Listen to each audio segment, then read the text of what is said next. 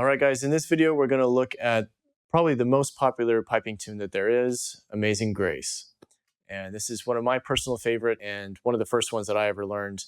So I'm looking forward to teaching it to you in this video. So first of all, let's look at the technique that we see in the sheet music. So I'm going to go ahead and pull that up for you on your screen there. So right off the bat, we realize that we have this D strike there in the first bar. So it's going to be important for you to really master the D strike scale before you start tackling this tune. Also, we have D throws. We'll see the little low G strike that we had in Scots Wha Hae. That's going to appear in Amazing Grace as well. And in the second line, we have this section here at the end I want to take a look at with these long tied high A notes. So remember that when we have a tie like this over the notes, that means we're going to join the length of those notes together and combine them. Also, we have this little strike at the end of that long high A section that's kind of on its own. So we have this high A doubling before the 3-beat high A section, and then we have the strike after that. So I want to go ahead and demonstrate to you how that works because we have kind of a few different things going on there.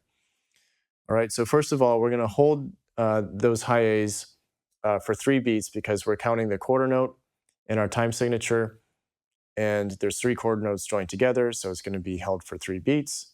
And then we have the strike on the high A after that. It's going to be held for 2 beats. Okay, so with the metronome, we're going to start on the high A doubling there in that bar.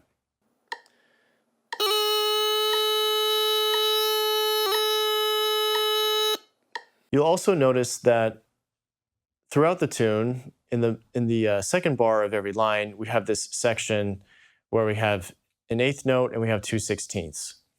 So that 3-note grouping combined is going to be worth 1 whole beat because we have an 8th and then we have 2 16ths, which combine to form another 8th. So that whole 3-note grouping will equate to 1 beat. Okay, so let me play for you just in isolation here, how that second bar, for example, in the first line would sound with the metronome.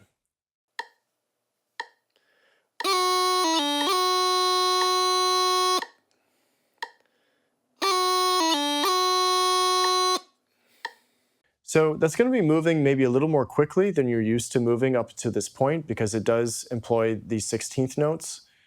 So if 60 beats per minute is too quick for you, you can always bump that down to 50 or 40 beats per minute, or even do it without the metronome just to get the flow of how to move your fingers for that section. All right, so that being said, let me go ahead and play the whole tune for you now at 60 beats per minute.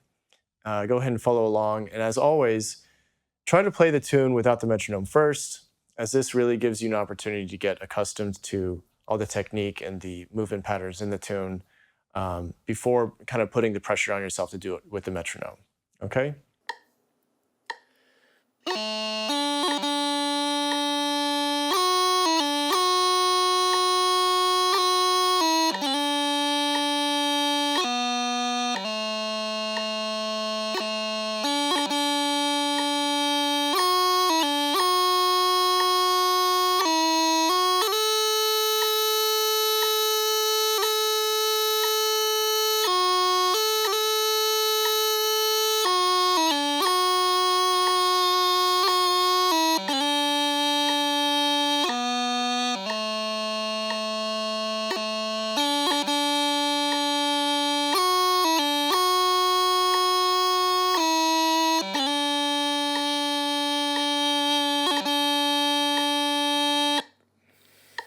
All right, so let's look at some supplemental exercises that'll help us with some of these areas that may be more problematic in this tune, Amazing Grace. So I find that with my students, there tends to be specific problem areas for every tune that they get hung up on. And me as a teacher, I try to anticipate those areas for you in this online course and demonstrate for you how to do those areas properly, because you don't have the teacher in front of you, and it's going to be easier for you to know exactly what to do when you run into problem situations. Okay, so let's go ahead and take a look at the first one. So line 1 here, this is really just ensuring that you can cross from low A to D and back and forth without a crossing noise. Okay, and that's important because going from A to D happens so much in this tune, and that's why that's included there. So just being able to go back and forth like this cleanly.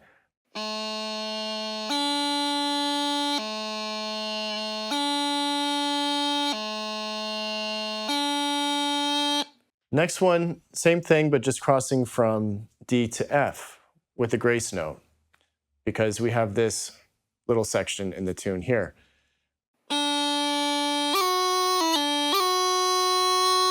Okay, and there's a lot of notes moving there, and you throw that grace note in, that can be a really sticky area for a lot of people.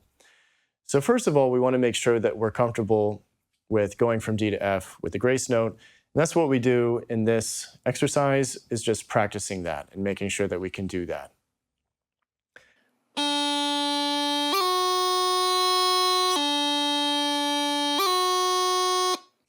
In the third line, we want to look at going from F to high A and back and forth. And again, making sure that we can do this cleanly and easily. So when we're going from F to high A, there are a lot of fingers moving, and we just want to make sure that the correct fingers are moving at the proper time. So for example, this is how it should look.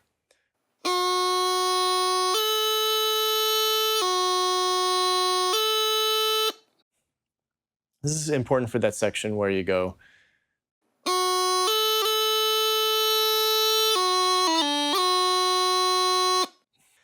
And then finally, exercise 4 is just taking that second bar of the tune and just looping it, because again, that is the stickiest area for most people. And so it's going to be a good practice strategy for you to isolate that section, do it without the metronome, and just loop it several times.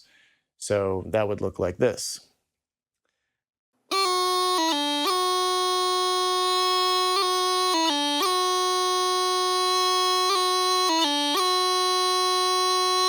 All right, so that should give you all the tools you need to succeed at this tune.